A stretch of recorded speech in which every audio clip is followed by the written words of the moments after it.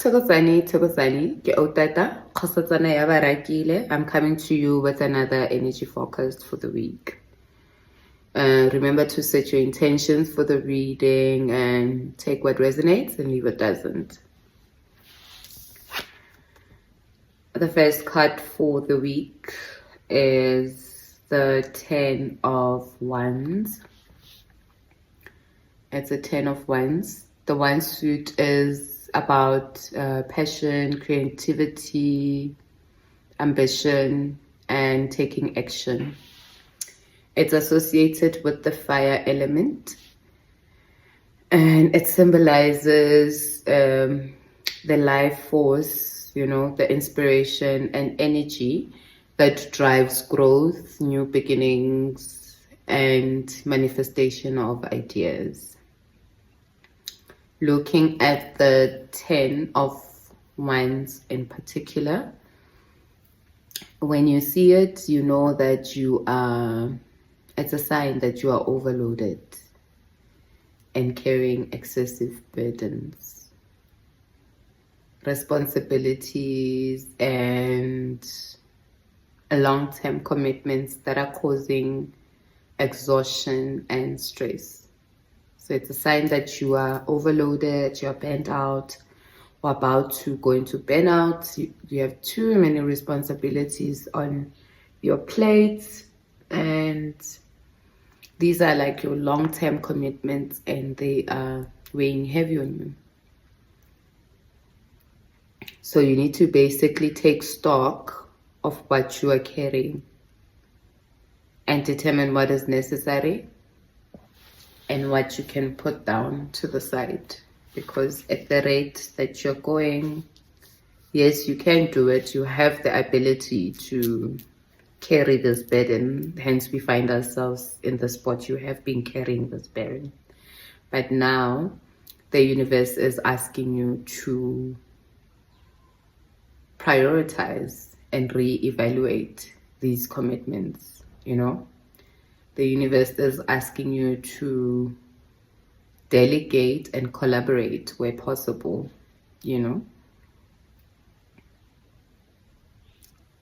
It's also asking you to prioritize your health and self-care as a whole, You are physically and mentally at risk at this point. Your overall health is at risk at this point. And it's also asking you to say no. Learn to say no so that you don't delegate and collaborate on other tasks and find yourself now feeling that time that you're supposed to be focusing on your health and wellness and just resting, feeling that time with other tasks. So learn to say no when you see that you do not have the capacity to do something, and also reevaluate and prioritize. It's very tough, I know. Sometimes the reason you find yourself carrying all these burdens is because you cannot trust that this idea that you've come up can be implemented by someone else, So it's basically you coming up with these brilliant ideas, for example, in your business or something like that, and you wanting to see them to life, Instead of just focusing on coming up with the ideas, getting the people that can work on it to work on it while you just monitor and help where needed, instead of you wanting to do everything that's done in your company by yourself. What's the point of having the skill that you have around you if you're not going to use it? What's the point of having the support that you have around you, your family, your friends, your network? What's the point of having them around you if you're not going to use them, if you're not going to collaborate with them, if you're not going to involve them in these long-term commitments that are meant to help everybody, When you win, your whole family wins. So why not involve them in the hard work? involve them in the planning, involve them in things that can be delegated to them where possible, so that we avoid you burning out like you are about to at the moment. I hope it makes sense. Yeah, I'm guilty of this too, I know. But anyway, let's go to the second card. The second card is Judgment. Judgment is from the Major Arcana suite, and as we've said, Major Arcana suites are about major life changes. When you see it, that something is about to change in your life, and it's also associated with the fire element. Looking at this particular card, this card is basically about spiritual awakening and self-awareness. It signifies that in one's life, it indicates that you need to decide and act basically at this point in time. Take a decisive action in pursuing your spiritual awakening and development of your self-awareness. Also take heed of what your inner voice is saying to you. Looking at it as an obstacle, it indicates a fear of spiritual awakening or change. You're unable to make a crucial life decision, or you've been held back by past regrets and internal struggles with self-judgment. And the reasons for this fear of change, looking at it, I totally understand why you would be resistant, why there'll be resistance in terms of the change that comes with your spiritual awakening. That period in one's life is very uncertain, like it's uncomfortable. You don't know what's going to happen tomorrow. And if you're like me, where you thrive with planning and putting measures in place to prepare for what is coming, this type of change does not have that kind of preparation. Therefore, that's where the fear comes in. You might be fearing this change in your life again because you've tried tackling the same issue in the past and find yourself hitting a wall, due to things that were beyond your control, and this past experience is making it difficult for you to hit to this calling, which requires you to turn your life in a different direction, and therefore you are not sure. To overcome this obstacle, if this is you, to overcome this obstacle, you'll need to let go, basically. Be uncomfortable. Allow the change to take place. Because at the end of the day, guys, the spirit of fear that is always there every time you need to make a big decision, there's the spirit of fear that's always there. It's something that we learned in this world. When we came into this world, it's not something that we came with, It's something that is learned. And you came to this world and you were a champion of winning over change, from the minute you popped out of your mother's womb, there was change.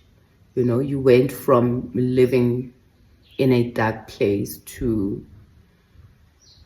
adapting to light, getting out from that dark place where the only thing that is constant and comforting is your mother's heartbeat. You had to basically change and learn to live outside of that comfort. You've been championing, like you've been winning at this change thing. You're a champion of change. You've been winning at it. That's the one thing that you're not aware. You came into this world, you couldn't express yourself. You didn't know how to say you're hungry, how to say I'm cold, how to say I'm uncomfortable, my nap is full. Yet you found ways to let the people around you know that you're uncomfortable. You even went a step further to learn the language that they communicate in so that you can also communicate in that same language and say, ke kopa lebese, ke kopa dijo. Say dijo, then they know you're hungry, You've mastered that part. So this change that's required from you is exactly the same. You're going to take this journey, spiritual awakening. You're going to, take this journey of this development of your self-awareness, and you're going to understand the language that is spoken in that journey. You're going to learn how to express yourself within this journey and ultimately get to a point where you find your purpose and calling. So please do not let the fear be the one thing that is holding you back. If you are held back by self-judgment, it could be also that you yourself are very judgmental. You are held back by you being very judgmental towards others. Therefore, you fear that the same judgment that you give is the judgment that you're going to receive. So assess where your fear is based from. If it's based from fear of you judge people the way you are going to be judged, sort that out. That's easy to sort out. Sort that out. Cut it out. It's not cute.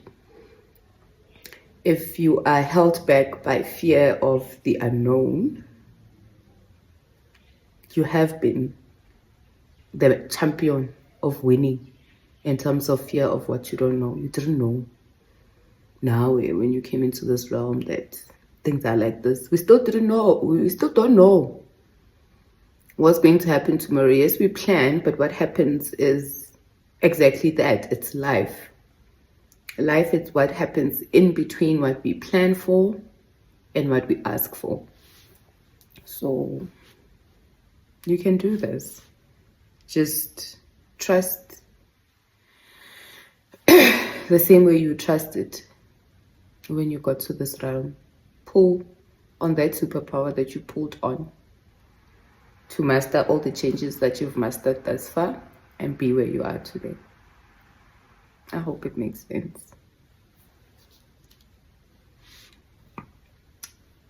The final card for the reading is from the Pentacle suit. It's the 8 of Pentacles. The Pentacle suit is about all things worldly and material. It's not just about your financial things. It's also about your physical wellness and security and health needs. The element that is associated with is the earth element. This card in particular, when you see it, you know that it's time to work hard and focus on whatever it is that you're working on. It's not really a negative thing if you think about it. It's not really a negative thing that the universe is requesting from you. It just means that you need to, this is the period to put in the work if you want to be the best at what you do. And these tasks can be professional and personal. So, and no matter what the task is, just remember to always ask for help when you get overwhelmed. Don't be afraid to reach out. Just focus on putting in the work to master and develop the skill that you need to perform the tasks at hand. Be consistent in your quest to develop these skills. And also remember to find a balance to avoid the the burnout, you know, that will come if you take on too much than you can handle. And also be confident in your abilities to do the work that is required, you know, and do it exceptionally well. Be confident that you can do what you need to do. You are more than capable, you know, you're more than capable. I hope that it makes sense. I hope that it resonates with you. And I wish you a wonderful week ahead. You know, may it be a beautiful one. May you take all the goals that you want to take, and yeah, enjoy the warmer weather that's approaching. And can it just rain, Baton? Yo, I want it to rain so badly. But yeah, anyway, have yourselves an awesome week. Till